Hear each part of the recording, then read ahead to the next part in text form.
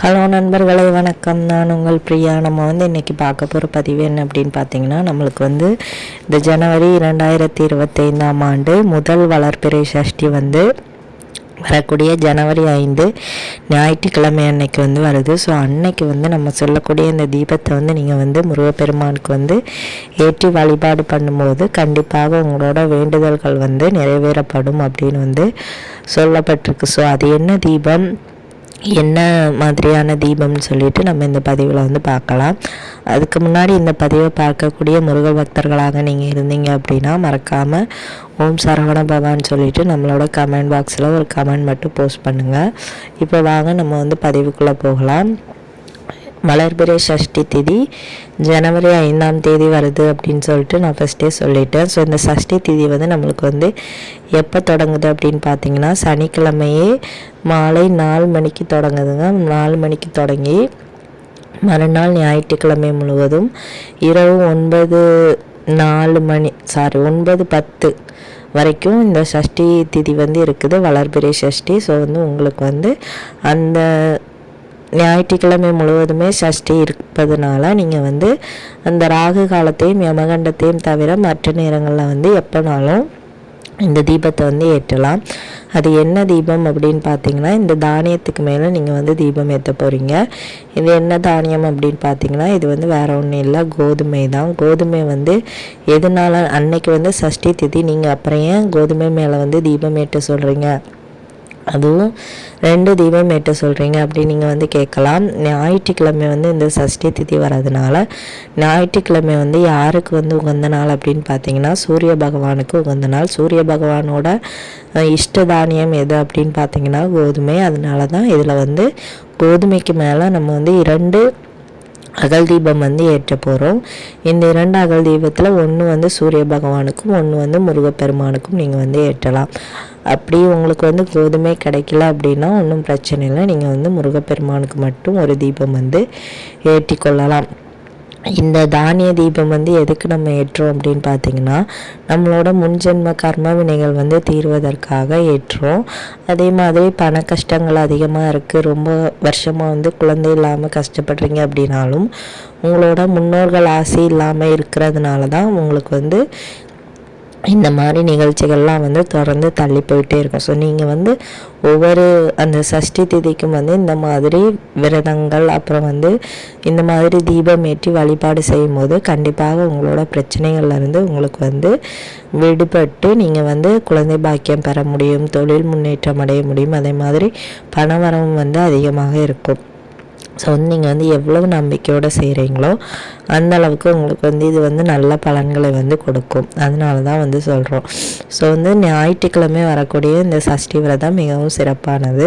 So அன்னைக்கு நீங்கள் முருகப்பெருமானுக்கு என்ன பூக்கள் கிடைக்குதோ அதை வைத்து அலங்காரம் பண்ணிக்கோங்க. அலங்காரம் பண்ணதுக்கப்புறமா நீங்கள் இந்த கோதுமை தானிய தீபத்தை ஏற்றுங்க. இல்லை அப்படின்னா நீங்கள் வெற்றிலை தீபம் கூட போடலாம். இந்த கோதுமை தானிய தீபம் நீங்கள் ஏற்றுறீங்க அப்படின்னா அது குறைந்தபட்சம் 1 மணி நேரமாவது இருக்க வேண்டும். இந்த தீபத்தை ஏற்றிட்டு உங்களுக்கு என்ன வேண்டுதல்கள் இருக்கோ அதை முழுசாக சொல்லுங்கள். சொல்லி முடித்ததுக்கப்புறம் இந்த தீபம் தன்னால் எரிஞ்சு அதுவாகவே குளிரணும், நீங்கள் குளிர்விக்கக்கூடாது. அதே மாதிரி தீபத்தை ஏற்றி உங்களோட வேண்டுதல்கள் சொன்னதுக்கப்புறமா நீங்கள் ஏதாவது கந்த சஷ்டி கவசமோ வேல்மாறலோ ஏதாவது ஒரு கந்தர் சம்பந்தமான ஏதாவது ஒரு பாடல்களை பாடுங்க. இல்லாட்டி கந்தரோட நாமம் உங்களுக்கு என்ன தெரியுதோ அதை சொல்லுங்கள். எதுவுமே தெரியல அப்படின்னா ஓம் முருகான்னு நீங்கள் சொல்லும்போது சகலமும் உங்களுக்கு கிடைக்கும். கண்டிப்பாக அதை மட்டுமாவது ஒரு 108 முறை குறைந்தபட்சம் சொல்லி பாருங்கள். கண்டிப்பாக நல்ல மாறுதல் கிடைக்கும். என்ன நைவேத்தியம் வைக்கலாம் அப்படின்னு பார்த்தீங்கன்னா, நீங்கள் ஏதாவது வீட்டில் செய்கிறது இனிப்பு வகைகளை வைங்க. கேசரி வைக்கலாம், பால் பாயசம் வைக்கலாம், தேன் வைக்கலாம், தேன் பாலும் வைக்கலாம். எதுவுமே வைக்கல அப்படின்னா வெறும் தண்ணீர் கூட வைக்கலாம். முருகப்பெருமான் தாராளமாக ஏற்றுக்கொள்வார். நீங்கள் எதை வச்சாலுமே மனப்பூர்வமாக முழு மனதோடு வைங்க, கண்டிப்பாக அவர் ஏற்றுக்கொள்வார். அதே மாதிரி உங்களுக்கு என்ன வேண்டுதல்கள் இருக்கோ அதை முழுமையாக சொல்லுங்கள். நியாயமான வேண்டுதல்களாக இருக்கிற பட்சத்தில் கண்டிப்பாக அது நிறைவேறும். அதே மாதிரி நீங்கள் வந்து முருகப்பெருமானுக்கு இந்த தீபத்தை வந்து ஏற்றிட்டு உங்களோட வேண்டுதல்களை சொன்னதுக்கு அப்புறமா நீங்கள் வந்து என்ன செய்யணும் அப்படின்னு பார்த்தீங்கன்னா, ஒரு 5 நிமிஷமாவது அந்த படத்துக்கு முன்னாடியோ இல்லை நீங்கள் சிலை வச்சுருக்கீங்கன்னா அதுக்கு முன்னாடியோ ஒரு 5 நிமிஷம் அமைதியாக உட்காருங்க. உட்காந்துட்டு மனப்பூர்வமாக உங்கள் மனசில் வந்து எதையுமே நினைக்காம முருகனை மட்டும் நினச்சி இருந்து பாருங்கள். கண்டிப்பாக உங்களுக்கு வந்து அதுக்கான மாற்றம் வந்து தெரியும்.